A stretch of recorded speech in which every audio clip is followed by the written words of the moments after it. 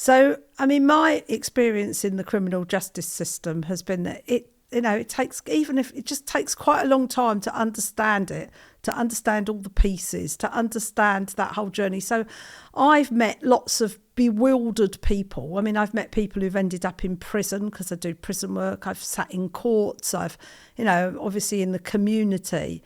And I meet people who have been in trouble with the police and then they're charged and then they go on this journey that can last 2 or 3 years. And they have to learn a whole new vocabulary. They don't really know what's happening. And I guess then they become very dependent on you to guide them through that. So maybe you could sort of talk about what that's like. I mean, it starts off actually quite with, in my view, the police inflicting trauma on you because they arrest you at a time that's inconvenient, shove you into a police station at some ridiculous hour in the morning, and then expect you to answer a load of questions. It's not an ideal start to your journey, because I think that already puts you on the back foot.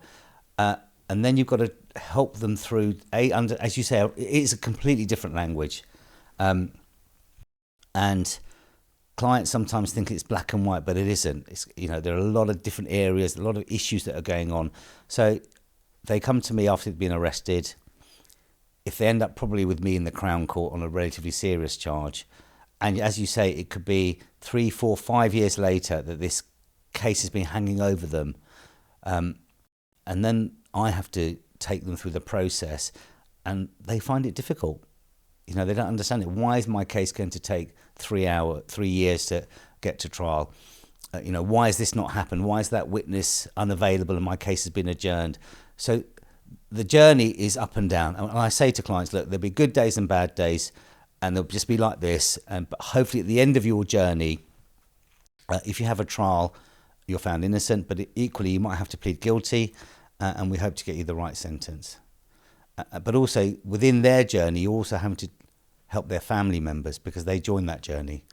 And also that's quite traumatic for them, but also hard on lawyers because, of course, you're having to manage everybody in the group, if that makes sense. So it's just not your client, it's also your client's family as well.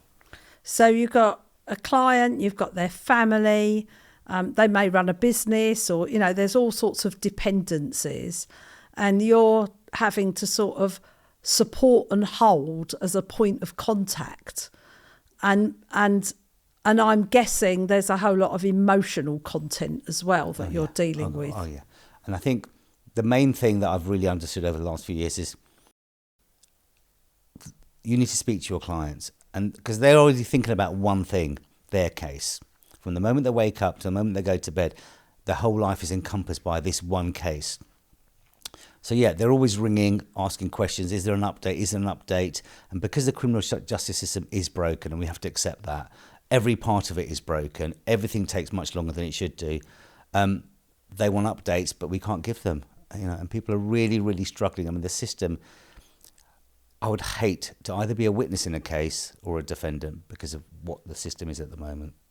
So when you say every part of it is broken and everything takes a long time, which I know this anyway, but can you give clear examples of things that have fallen apart in the time you've been doing this? So I started in about 98, qualified in about 2000. A magistrate's court case would probably take about 6 to 8 weeks from start to finish. A Crown Court custody case would finish within their custody time limits, which is I think about 180 days. But within start to finish 9 months. Gradually now I've had clients who have been arrested, interviewed, bailed for about a year, then released under investigation because bail stops for another couple of years.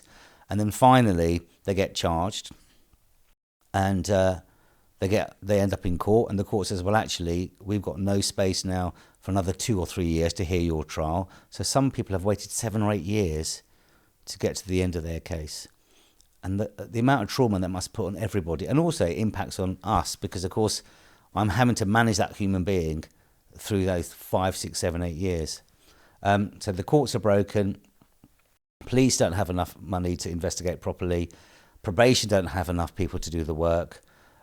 This government has shut down so many courts, magistrates and Crown Courts, that we don't have enough. So now, if you appear at, I won't name the name of the court, quite a big court in East London, your trial is probably 2030. So if you turned up today, you're going to be told that your trial is in 2030.